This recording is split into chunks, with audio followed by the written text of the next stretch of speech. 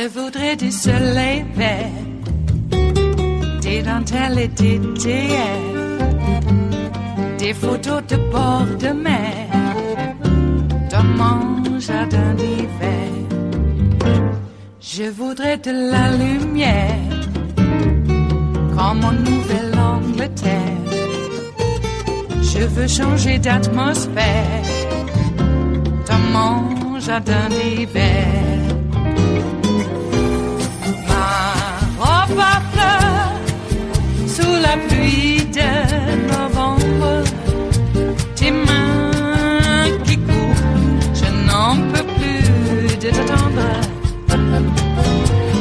Les années passent, qu'il est loin, là je tombe.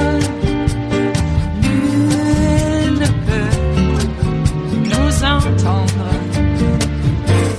Je voudrais du Fred Astaire, revoir un latte. Take us through the origins, if you will, of this John Bolton decision.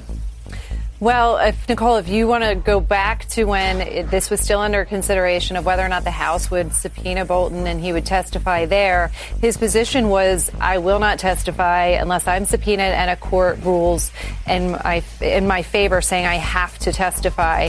At the same time, what we heard from his lawyer was these sort of tantalizing bits about that suggested he really wanted to testify, that he knew things that hadn't yet come out publicly, that, you know, he was present for things that perhaps, you know, the House Intelligence Committee was unaware of as yet. And so all the while, so he was waiting for this court decision, but all the while kind of saying, look, I'm here if you want to talk to me. And the House decided thanks, but no thanks.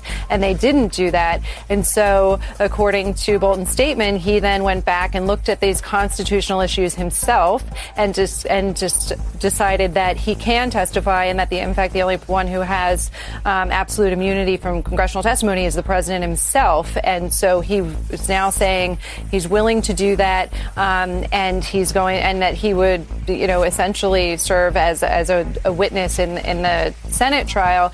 And that, I got to tell you, has the White House a little bit on edge for all the reasons you said. They've really feared his testimony because of everything that he knows. And so the real question is, A, whether there's several. One, whether Mitch McConnell will actually subpoena Bolton, and this will come to pass. And B, if he does, what would he say that's new, and is that persuasive enough? Or is just the optics of having John Bolton, who, as you just said, has been a figure in Republican politics for decades, testifying to the facts that we've heard others testify to, and does that have an impact on some of these more moderate Republicans? Those are the questions that we just don't have answers to right now, but he's willing to do it.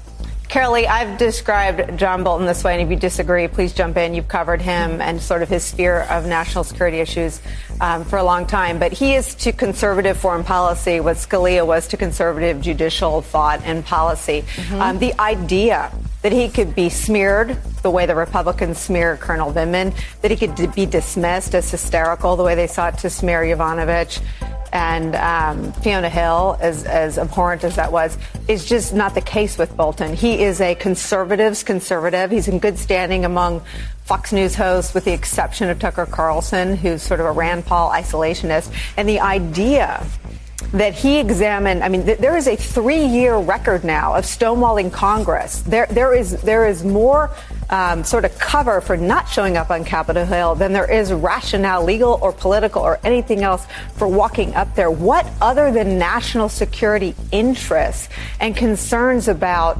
Donald Trump's foreign policy conduct would propel a decision like this from Bolton?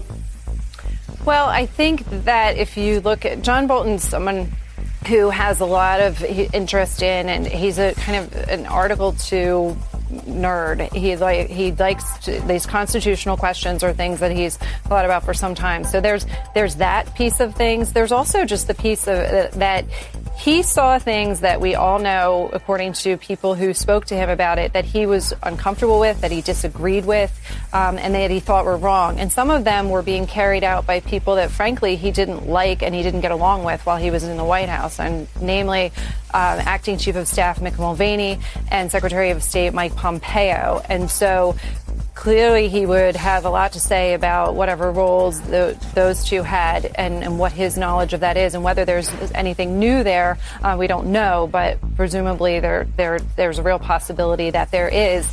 In terms of just him and being who he is and being unable to be smeared by the Republicans in this same way. You know, John Bolton has a super PAC, and that super PAC is supporting some of the senators who will be jurists in this trial. And, you know, so his ties with the party are deep, that he's not somebody that they're going to easily be able to distance themselves from. And based on all my reporting, what John Bolton would intend to do if he goes in there is just simply tell the truth of what he saw and what happened. And as we've seen, when you get other individuals who have witnessed these sorts of things, that what happened with the Ukraine matter, when they say it out loud, when the cameras are on, and it can sound, it can be quite damning for whoever he is speaking about, and to have John Bolton do that takes it to a totally different level.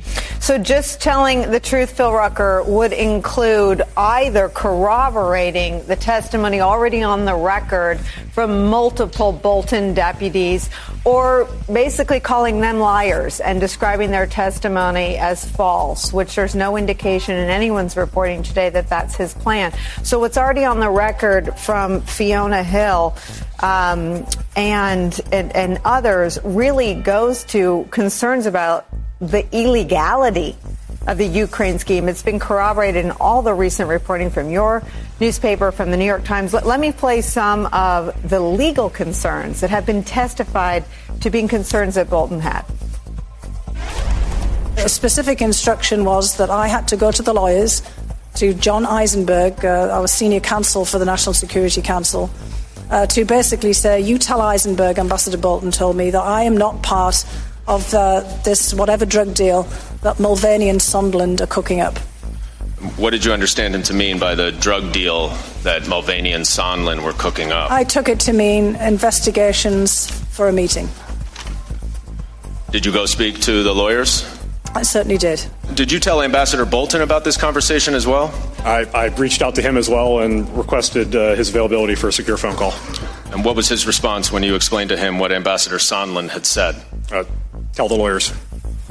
Phil Rucker, we know what kind of lawyer Donald Trump wants. He wants his Roy Cohn. He seems to have that in the Attorney General. But it certainly brings the lawyers that all of the national security folks who John Bolton sent upstairs to the lawyers, if they're still on the second floor, into this conversation as well. And if John Bolton is willing to say absolute immunity isn't a thing, I wonder how many other people will follow him up to Capitol Hill.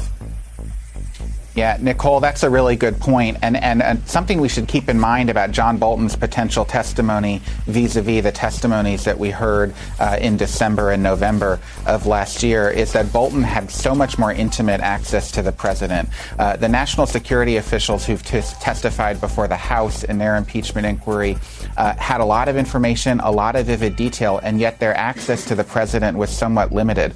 Bolton was around President Trump for hours of every day, had lengthy conversations with him about Ukraine, about all sorts of other topics. And if he were to come forward in this Senate trial and testify, he could not only corroborate what people like Fiona Hill and Gordon Sondland and others said in their testimony in the House, but he could add new details, new information, and importantly, fill in some dialogue of things that specifically President Trump said or directed to his lawyers and to the other people in the room. And that could be very explosive to the White House, and I think is one of the reasons why there has been so much concern in Trump's orbit about Bolton coming forward and testifying. Phil Rucker, did anyone at the White House see today's announcement from Bolton coming? You know, it's unclear at this point how the White House is going to respond to this. They could certainly take some sort of action to try to compel or restrict Bolton from testifying. They've made it very clear in the previous weeks that they did not want Bolton to testify and did not want other senior officials to testify. Remember, the House wanted Mick Mulvaney, the acting chief of staff, to testify, and he was blocked by the White House from doing so. Same with Pompeo and other key witnesses. But if Bolton were to break with the White House, that's significant, and we don't know at this hour what the White House is going to try to do to stop him. It is Tuesday, the 7th of January of 2020. 20. And you are in West Coast Cookbook and Speakeasy. I am your chef de cuisine, Justice Putnam, and our daily special is Tarrytown Chowder Tuesdays. A little bit, a small dash, a mere hint, a pinch of hot smoked Hungarian paprika will make all the difference in the world. It always does. Well, John Bolton was mentioned there at the top of the show, our recorded clip, and we still don't know. We still don't know if he's going to be subpoenaed by the Senate. I actually heard that he won't be.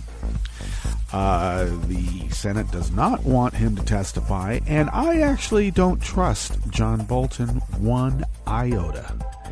It may be a gambit on his part, and it may not necessarily be good for the rest of America. So we don't know.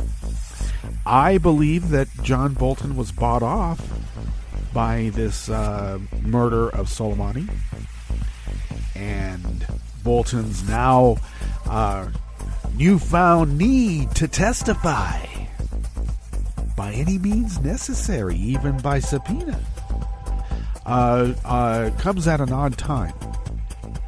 Is he going to carry some water for Trump, or is he going to hold him to account? Especially now that John Bolton is getting something that he's been wanting for his whole political life. And that's to kill a bunch of brown people over in the Middle East. Yep. And he's not alone. You also got that little Christo-fascist Pompeo, pretty much pushing the Christo-fascist agenda. Really a believer in the end times. Why doesn't the guy just put on a tracksuit with some track shoes and lay down on a bunk bed? Hale Bopp will be here in just a little while. Because, I don't know, they like to genuflect, tap their heart 3 times and say, we are not sinners. You are the sinner. All right. We're all sinners, actually, if you go by that construct. And that means that we're all implicated and we all need to forgive. All right. Well, I'm not necessarily going to forget. You can forgive this administration for, I don't know, just being part of God's design and, not necessarily making the right decisions. Oops. But you can't forget the fact that they are sadists. Cruelty is the point. And they like to laugh at it, too. And laugh at you while they do it. Well, there's a lot more going on in the world other than just World War III. We have an internecine fight among the Democrats. What is it about us? I mean, come on. Now, I know the Russians and the Trump administration have been pushing Joe as, the guy that they fear the most, and I don't really think they do. I think that they're pushing the guy that they know they can beat. All right. Let's be clear on that. Joe is carrying some momentum here, I will admit. There's a block of loyal Biden supporters in the black community, and I don't consider that to be a bad thing. I'm just not necessarily convinced that Biden is the one, especially since they keep pushing him. Remember how they kept, coming after Hillary? They did. They did, and rightfully so, fear her. But I think this is a little bit of a, KGB turnaround. They like to do that. So I do like the fact that Elizabeth Warren has been endorsed by Julian Castro. Getting back to this internecine fight aspect, it is very interesting to me to hear the jibes and the insults. Oh, Julian Castro, he was a fraud. He just showed up at campaign events for a photo op and then jetted off. And these are always written by people who don't live in Texas, by the way.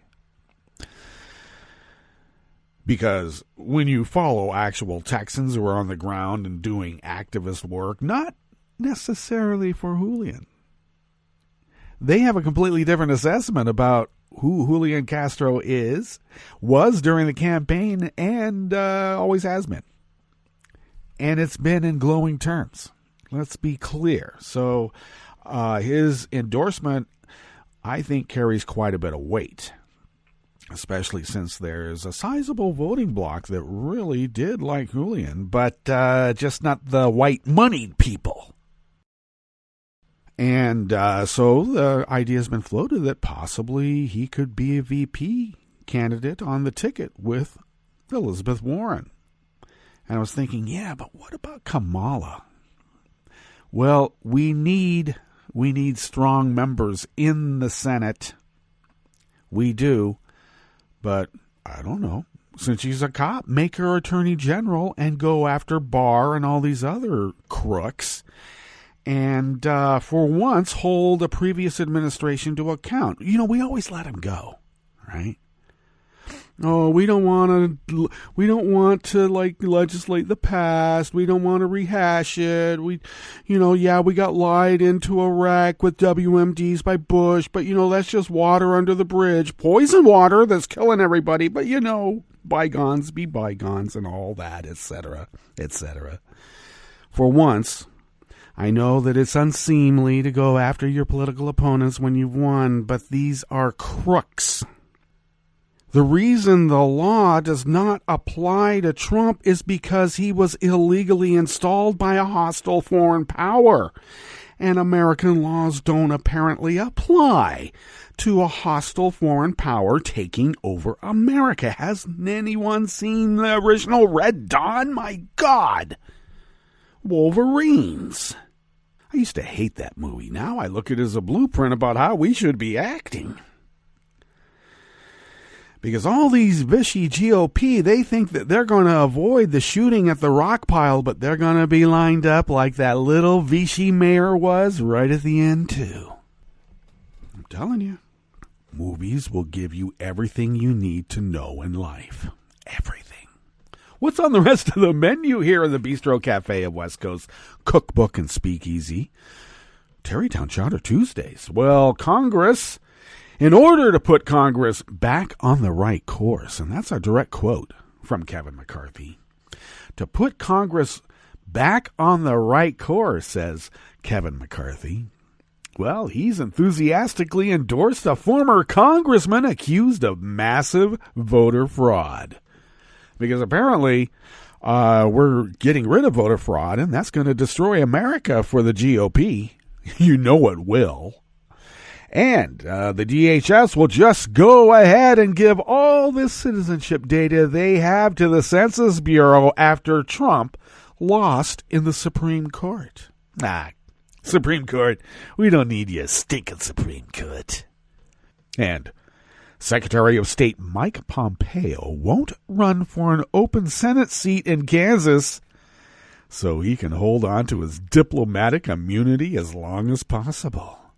This administration could very well be kicked out in the next election. You do know that, Mike. Or do you know something about Russia and Vlad's help again? Maybe even China. Who knows?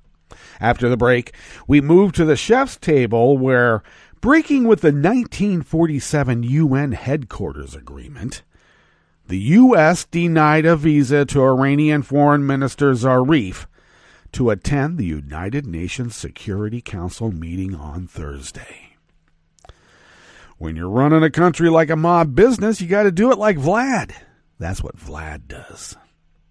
And the National Gallery of Australia is taking extreme safety measures to protect its Matisse and Picasso exhibition from the ravaging climate-charged bushfires. All that and more on West Coast Cookbook and Speakeasy. Bon appetit.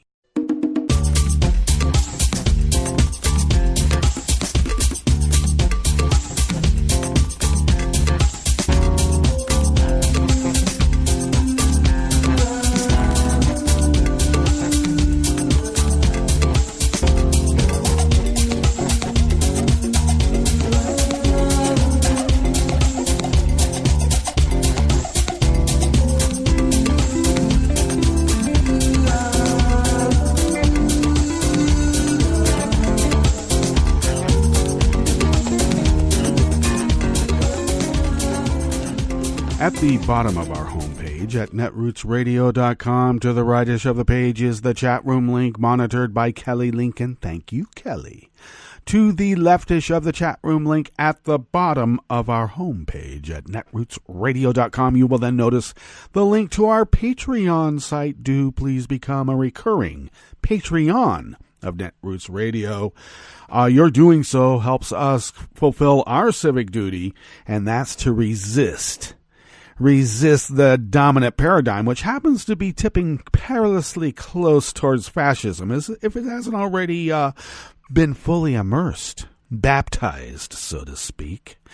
And we are here to resist that, and your help has allowed us to do that. If you could send what you might spend on an espresso-type coffee drink, for instance, once a month to Netroots Radio, we were able to stretch those dollars beyond compare. And we've been doing it successfully for almost 9 years now, over 8, going on 9 years of continuous 24/7, 365 resistance broadcasting. We are the little powerhouse that could, and we do. And thank you so much for your generosity. We would be unable to do this without you. If you would like to follow Netroots Radio on Twitter, it is so simple and easy. All you have to do is go to @NetrootsRadio. How simple and easy is that? Well, it's because it's set up and run by Tom. Tom's a forward thinker, and he knows about these things, and we thank Tom for all that he does. I, of course, take care of @Justice Putnam, and that's a pretty good place to follow me because I do post the show notes and links diary on Daily Co's about 10 minutes before showtime, and then get that all linked up on social media. For instance, I link it up on our show page on Twitter, and that is @CookbookWest. And don't ask me why I didn't get West Coast Cookbook in there. I tried, but for some reason I wasn't successful because I'm not as forward-thinking about those things, obviously. So go to Cookbook West. You can follow us there on Twitter. But most importantly, you can pick up podcasts by way of Spreaker, Stitcher, TuneIn, iHeart, YouTube, iTunes, and wherever fine podcasts can be found, mixed in with the billions and billions and billions of the rest of us, because we're all there. We happen to be in the W's. Go ahead, go straight there, and you'll find us eventually. Okay. Well, will Bolton testify or won't Bolton testify? Schiff is saying, hey, we're not done in the House. Marco Rubio and Lindsey Graham and all the others are doing their hardest to say, hey, we don't take any more new information. What do you think this is, a court? Yeah, well, we kind of hope it would be somewhat like one. When you consider the House investigation as part of the grand jury, and what you're supposed to do is, take the grand jury findings and then whatever else comes out, which is the case because there's a thing called discovery. And when something is discovered, it's shared with the other side, and then you get to hash it out with a judge present, Mr. John Rabbits. The balls and strikes guy. Yeah, we'll see how much of a balls and strikes guy he is. All right. We better get on with what we have here in the Bistro Cafe of West Coast Cookbook and Speakeasy. Tarrytown Chowder Tuesdays. I should mention also there is roasted corn in the chowder because that's what makes it Tarrytown. Okay? Just so you know, it's not just the paprika. Dan Desai Martin of the American Independent brings us this first offering here in the Bistro Cafe of West Coast Cookbook and Speakeasy.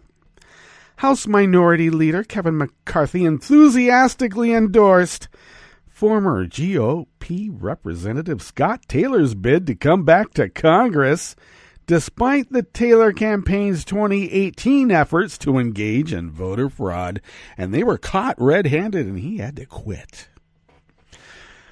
The Democrats have discredited the House of Representatives with their impeachment, and we need to elect a Republican majority this year to get Congress back on the right course because Vlad wants it. There's two people that Vlad pays, Rohrabacher and Trump. I'm not kidding. Remember when you said that, McCarthy? You can run, but you cannot hide.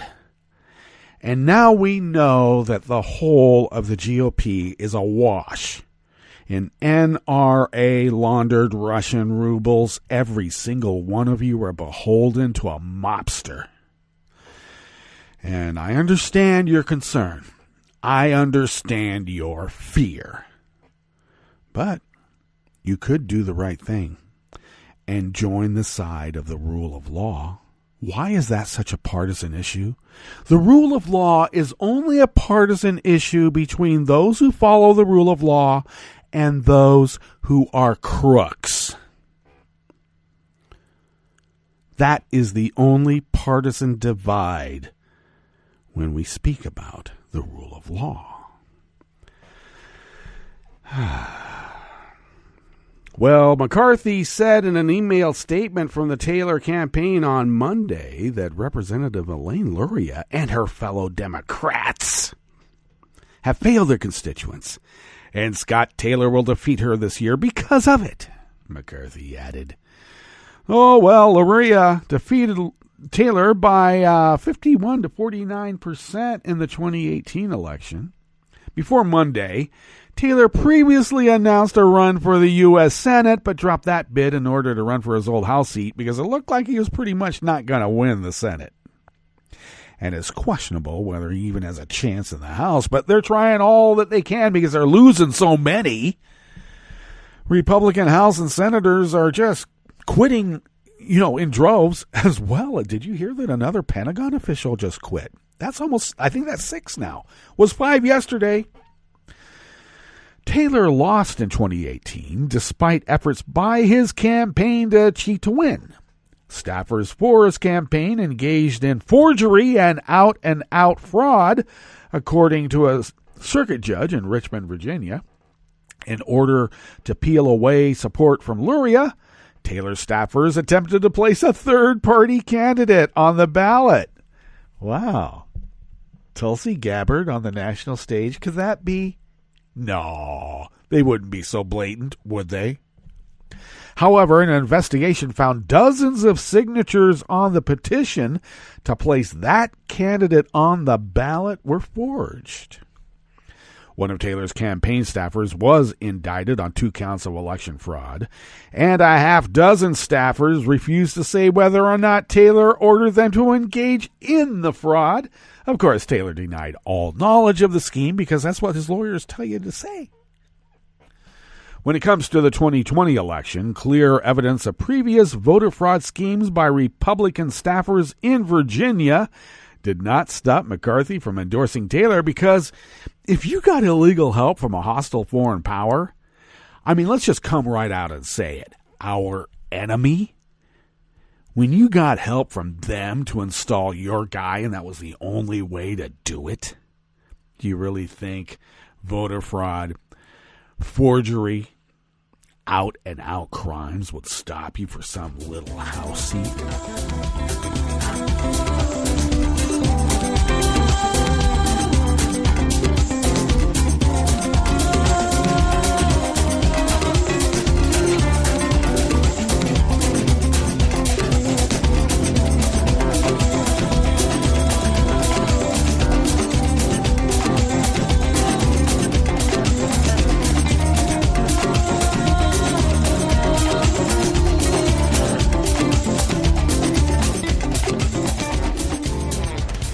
Associated Press brings us this next offering here. In the Bistro Cafe of West Coast Cookbook and Speakeasy, Tarrytown Chowder Tuesdays.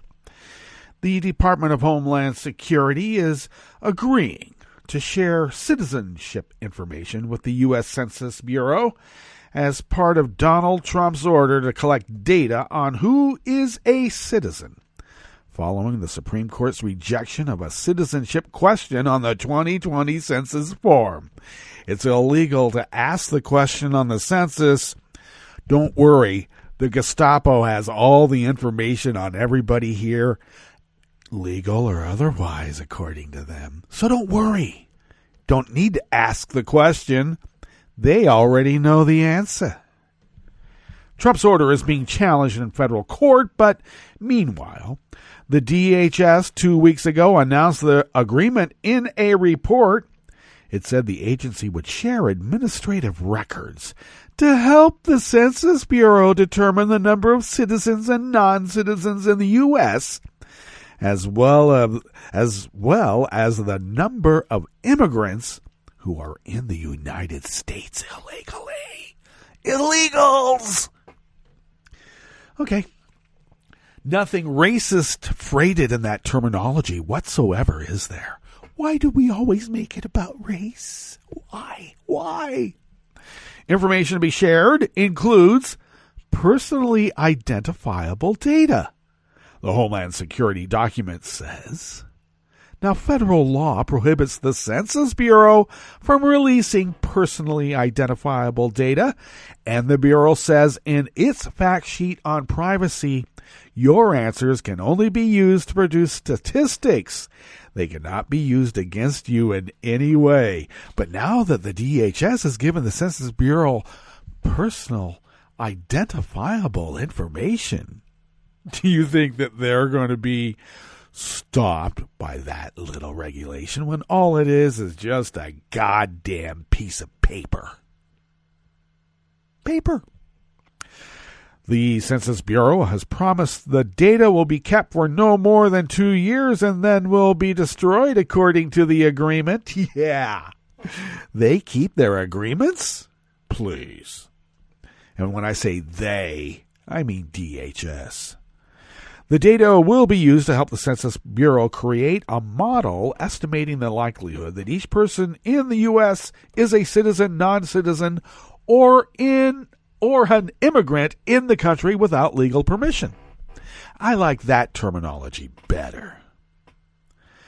Now, legal permission, yeah, I guess if you want to stretch the term legal to a certain extent, you mean like not having the proper permit, which is usually a misdemeanor, not one that warrants or is raised to the level of torturing you to get you to tell them what they want to hear, or ripping your baby out of your arms and letting it die of the flu in some icebox baby gulag. I mean, please, we're talking about a parking ticket. The equivalent of a parking ticket. We're kidnapping babies from parents and letting them die of exposure. Why? Because we can. Among the information Homeland Security will provide is a person's alien identification number, country of birth and date of naturalization or naturalization application. The department is awaiting word on whether it will be allowed to release information on asylum and refugee applicants, which typically is prohibited from being disclosed because usually they're coming here to keep from being killed. And if you let everybody know where they are and stuff like that, they might end up dead. Or worse, how about like just some collateral damage, people standing by? When you've got an order, you got to fulfill your order, right? And if people get in the way, they're not really people in that instance now, are they? The Homeland Security document acknowledges risks that the Census Bureau will assign an inaccurate immigration status to someone, that people won't be able to correct mistakes about themselves, and that Homeland Security information will be linked inaccurately to data from other sources used by the Census Bureau. Linking records between data sets is not likely to be 100% accurate, the Homeland Security document notes. Trump ordered the Census Bureau to collect citizenship information through administrative records from federal agencies in the 50 states after the Supreme Court ruled against his administration last summer by deciding that a citizenship question would not be allowed on this spring's 2020 census questionnaire. But when you got Stephen Miller, who hates brown and black people with a passion, they're working overtime to figure a workaround from this goddamn court system the United States has. Can you believe it? We have a court system with judges. Who ever thought of that?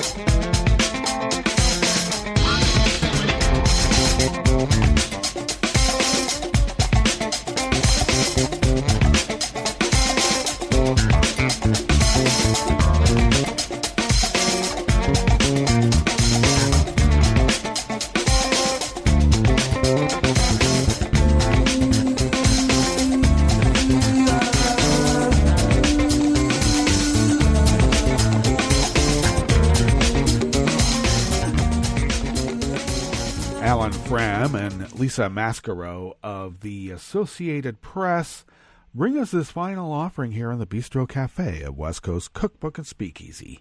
Secretary of State Mike Pompeo has told Senate Majority Leader Moscow Mitch McConnell, the Grim Reaper of the graveyard in the Senate, that he will not run for an open Senate seat from Kansas this fall. Two people close to McConnell said yesterday, Monday. Pompeo's decision complicates Republicans' chances of holding what should be a guaranteed seat in the deep red state as they battle to retain their slim Senate majority in November's election. The news comes days after the U.S. used an airstrike authorized by Donald Trump to kill Qasem Soleimani, Iran's most powerful general and leader of that country's elite Quds forces. Iran has vowed revenge on the U.S., spurring an international crisis that makes this an awkward time for Pompeo to leave his post and seek elective office, let alone the fact that he loses a little bit of that diplomatic immunity now, doesn't he? Doesn't he? Pompeo indicated he will not run in a conversation with McConnell. The two people said about their conversation yesterday afternoon, Monday afternoon, by the way, for those of you listening to podcasts sometime in the future.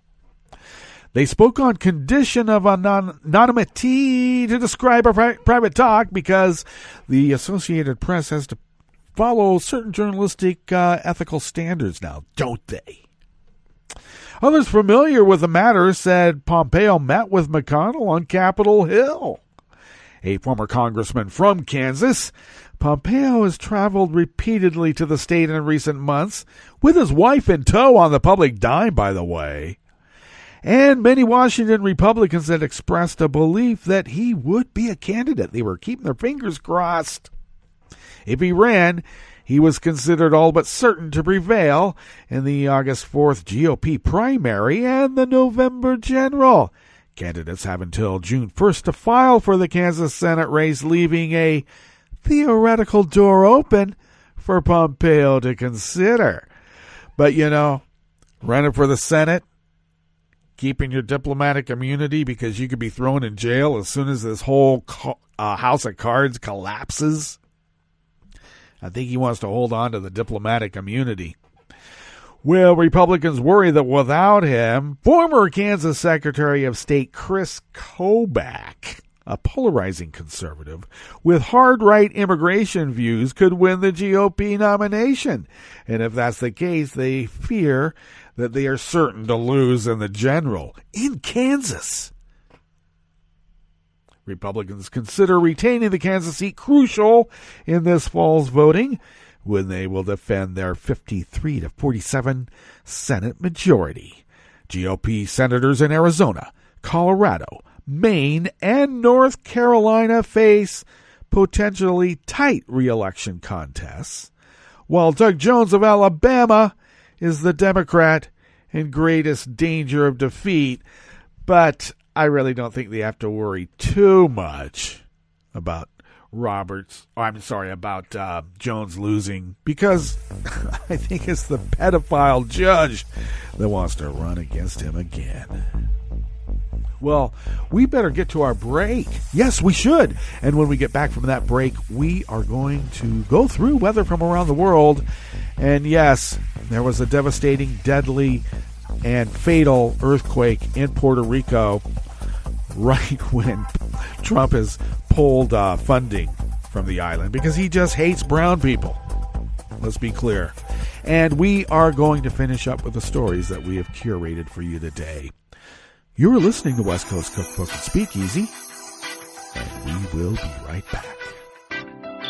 You are listening to netrootsradio.com. Please hang up and try again.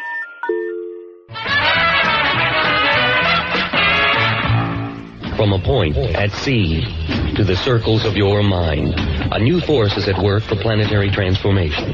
New radio for a new Earth.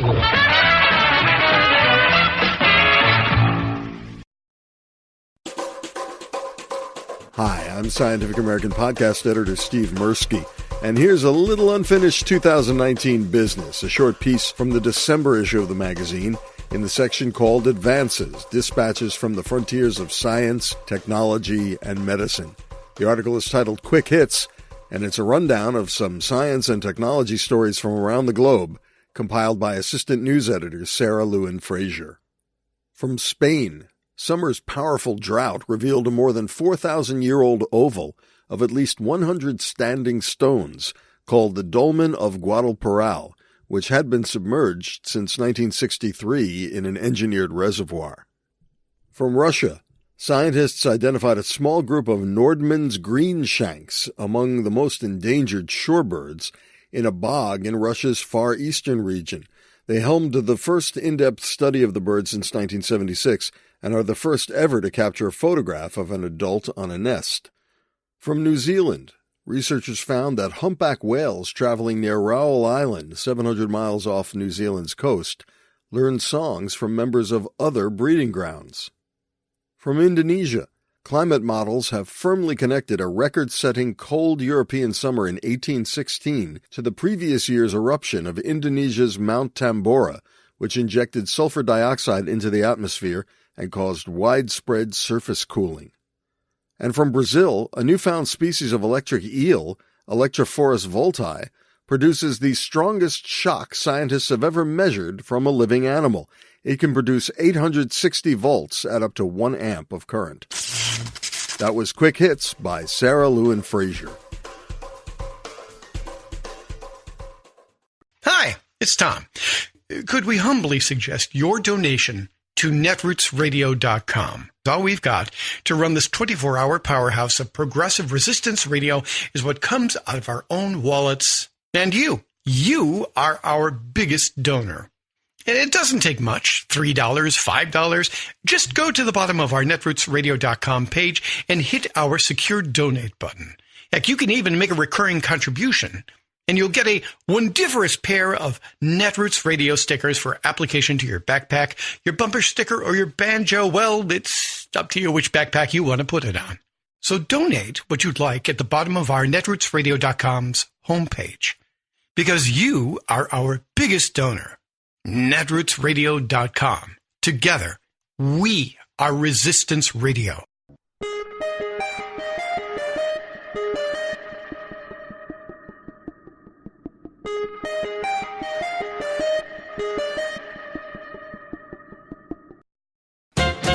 You probably haven't heard about it, but there's another mass migration coming across the U.S.-Mexico border.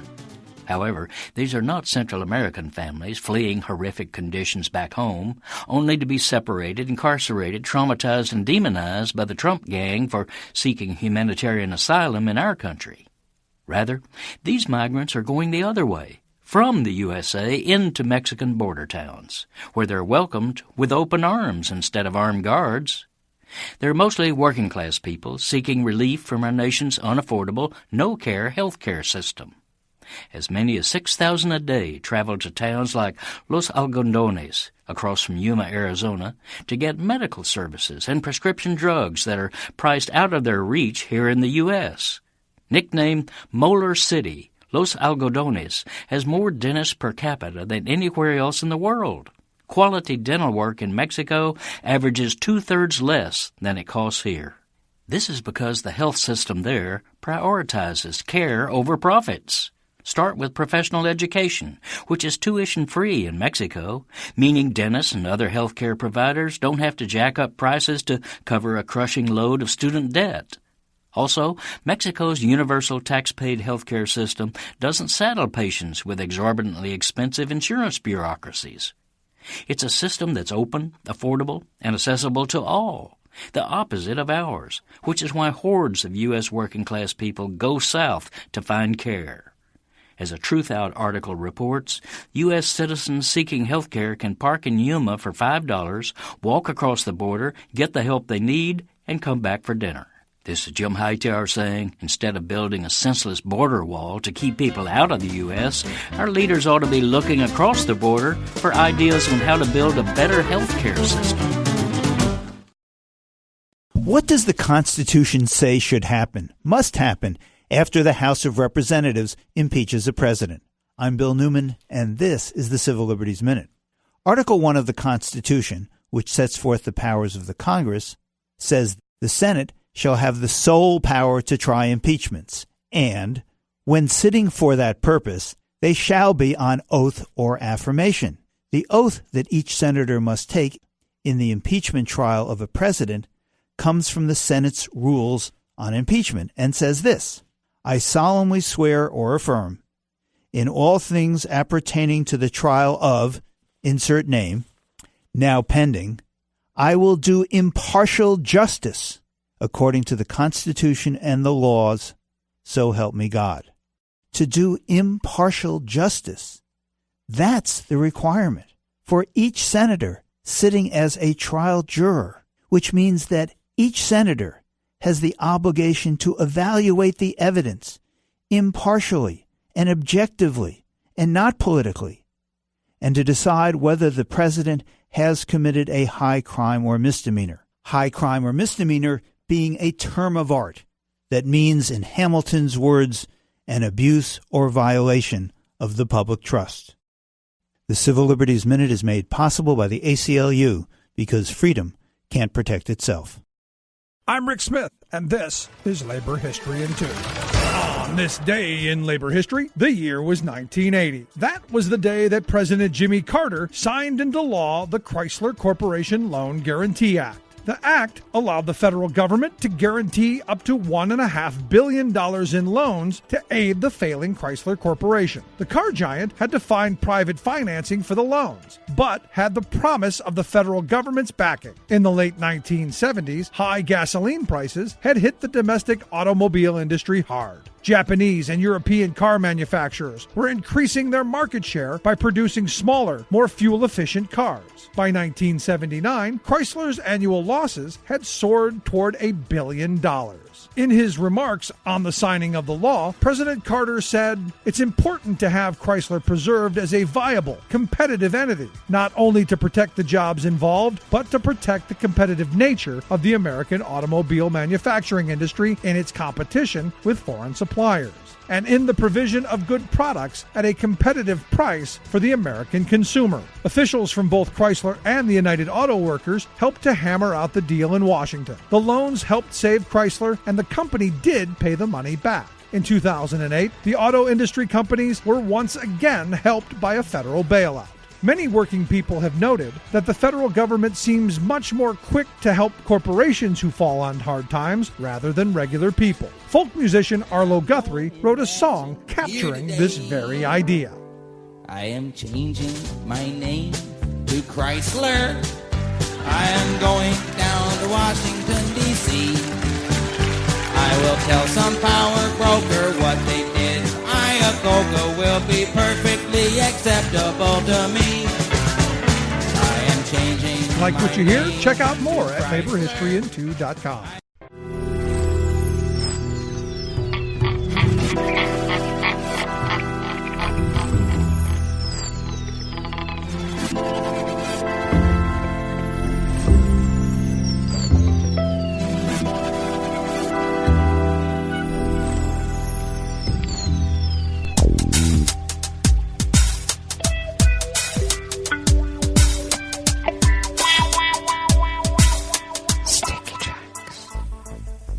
Thank you for accompanying us here to the Chef's Table at West Coast Cookbook and Speakeasy, Tarrytown Chowder Tuesdays.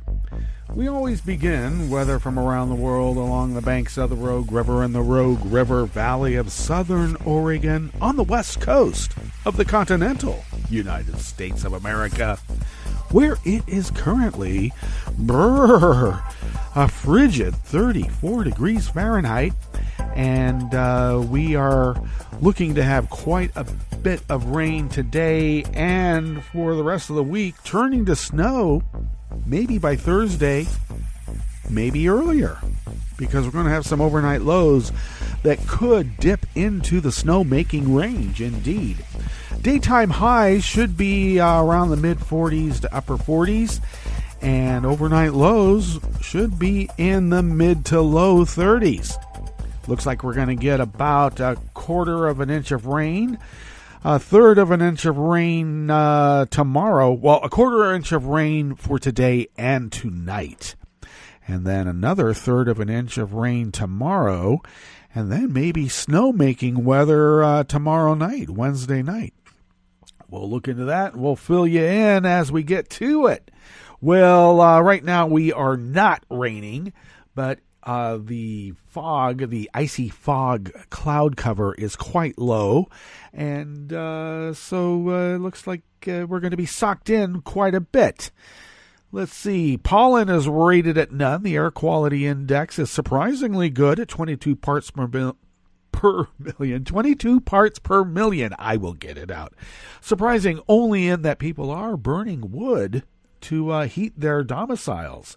The daytime UV index is low at 1. Barometric pressure is falling at 30.2 inches. Visibility is down to 4 miles. And relative humidity is at 95%. Weather from around the world is brought to you by people's personal weather stations that they purchased. These people planted these purchased personal weather stations somewhere on their property, and these people positively live around the world. Let's see. London is 52 degrees and cloudy. Paris is 49 degrees and cloudy. Rome is 49 degrees and sunny. Kyiv is 29 and fair. Kabul is 20 degrees and fair. Hong Kong is 68 degrees and fair. Tokyo is 40 degrees and cloudy with a flood advisory, so do take care if you are in Japan. Sydney, Australia is 74 and partly cloudy. San Francisco, California is 45 and fair. And New York is 41 degrees and fair. And once again, I want to mention that this has nothing to do with the weather because tectonic shifting is something geological. But a massive, deadly, and deathly earthquake hit Puerto Rico. 6.6 is the last reading that I heard. Buildings have toppled, hospitals have collapsed, people are out in the streets. And Trump has decided in his great infinite wisdom to take away all funding from Puerto Rico because, they're corrupt. No, they're brown. All right, that is weather from around the world. Brought to you by people's personal weather stations that they purchased. These people planted these purchased personal weather stations somewhere on their property. And these people positively live around the world.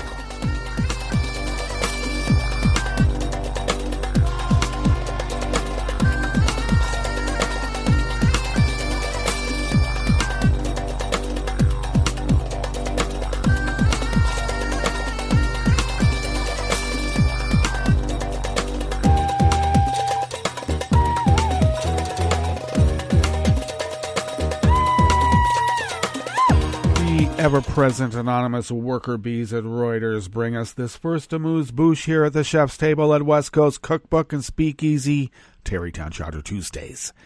The United States has denied a visa to Iranian Foreign Minister Mohammad Javad Zarif that would have allowed him to attend a United Nations Security Council meeting in New York on Thursday.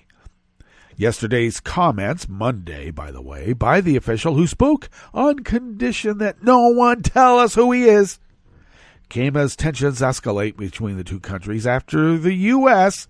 killed Iran's most prominent military commander, Qasem Soleimani. Under the 1947 UN Headquarters Agreement, the United States is generally required to allow access to the United Nations for foreign diplomats, but Washington says it can deny visas for security, terrorism, and foreign policy reasons. Why, that sounds like it is in direct contravention to the UN agreement. The U.S. State Department declined immediate comment. UN spokesman Stephanie Dujarric declined comment on the U.S. denial of a visa for Zarif. Zarif wanted to attend a meeting of the Security Council on Thursday on the topic of upholding the UN Charter. Zarif's travel and the meeting had been planned before the latest flare-up, And the Security Council meeting would have given Zarif a global spotlight to publicly criticize the United States for killing Soleimani. Zarif last traveled to New York in September for the annual gathering of world leaders at the UN after the U.S. sanctioned him for implementing the reckless agenda of Iran's supreme leader. He also attended UN meetings in April and July. UN Secretary General Antonio Guterres spoke with U.S. Secretary of State Mike Pompeo, and his spokeswoman said in a statement the pair discussed events in the Middle East and that Pompeo expressed his appreciation for Guterres's diplomatic efforts.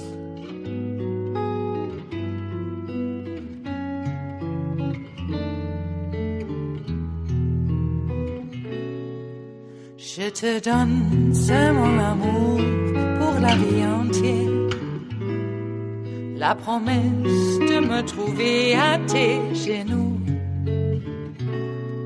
Aussitôt que tu m'appelles, rester toujours fidèle, c'est tout, c'est tout.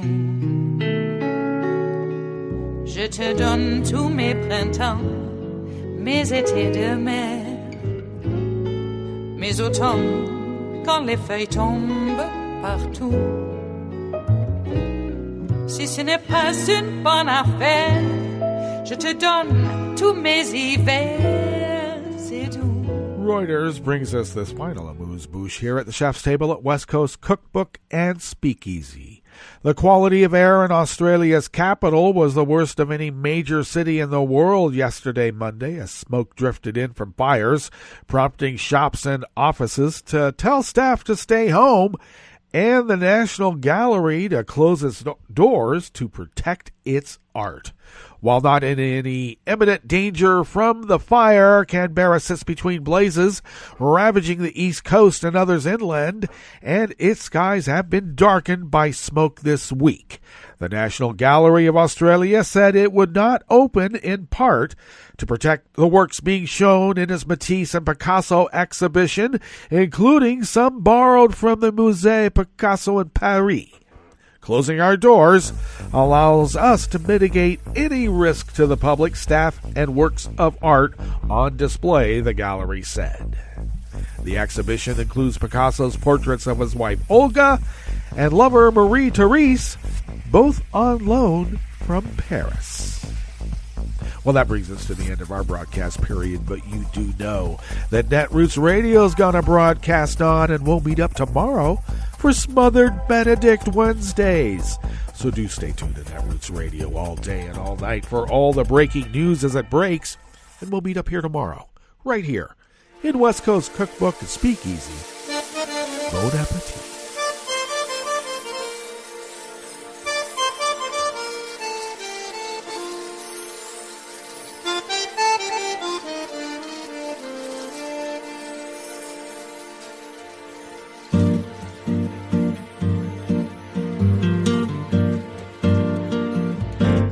Je voudrais du soleil vert, des dentelles et des théâtres, des photos de bord de mer, dans mon jardin d'hiver. Je voudrais de la lumière, comme en Nouvelle-Angleterre. Je veux changer d'atmosphère, dans mon jardin d'hiver.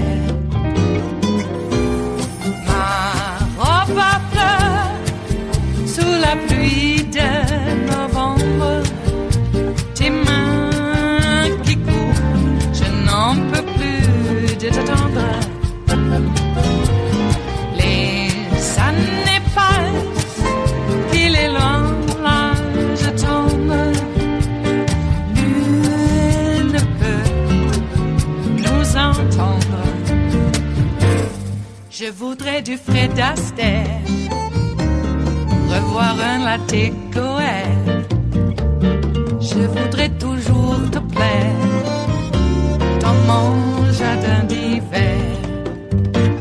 Je veux déjeuner par terre comme au long de golfe clair, t'embrasser les yeux ouverts dans mon jardin d'hiver.